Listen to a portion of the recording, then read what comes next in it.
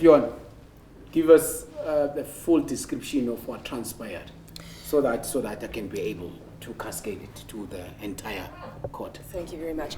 Your Honour, I paid a 25,000 Rand deposit, which was 50% of what was required, the budget for the party. Also, that was to include catering for 50 people. And what happened was the sum total of the catering was some boerewors rolls cooked on an open fire. I had guests travelling from far to attend the function, and they wanted to refresh themselves, and no lavatories were provided. You see me khuluma nge-lavatory, khuluma ngama-toilet lapho ungazi ucabanga ukuthi into nje enothando kanti ama-toilet lawo. You know, that is why kade ngibona ukuthi, you know, this matter, I don't want us to approach it horizontal, because vertically speaking, it's gonna be problematic, and you'll find that it's gonna lean perpendicular to. Do you get what I mean? My lady, that is why, because it's all about rainbow nation. It's all about social cohesion. You see, now it's all about all-inclusive South Africa. Angifuna belungu basibuke njengegebengu. Yabona oya, usenze sabukeka kabe belungwini.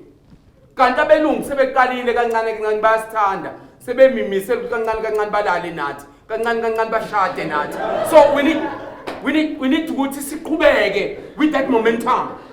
Yabona makhuluma ngemomentum, yazi ngikhuluma ngani ngikhuluma ngemomentum. Mina ngikhuluma ngichaza momentum nama-perpendicular nama-vertical, ngikhuluma ngichaza into engiyifunayo imali yami u-25,000 lo angikweleta. Na imomentum ayiqhumi la sikhuluma ngemshwarensi, sikhuluma ngecala esize ngalo.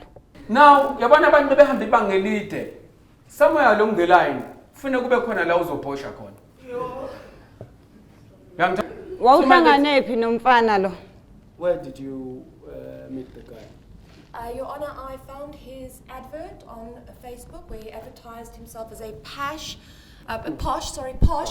party organizer offering world-class experiences and a luxury atmosphere, which was not anything that I received.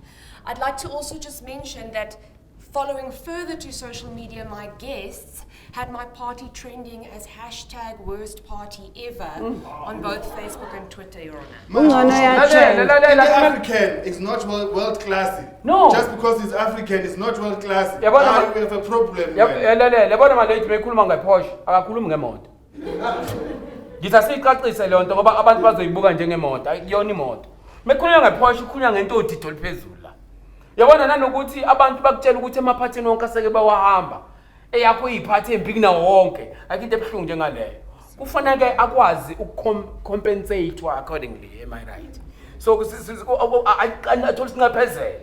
Okuyisona sona my lady. Ngoba ngempela yabona i-traumatic experience. You know, lo muntu utengisile ukuthi akanayo izest to deliver eloquently. You know, in the event that was at his disposal. Do you know what I mean? Uyawazi kodwa upela eloquently.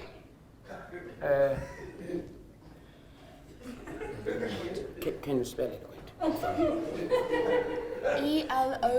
ELOQUENT. As she's saying.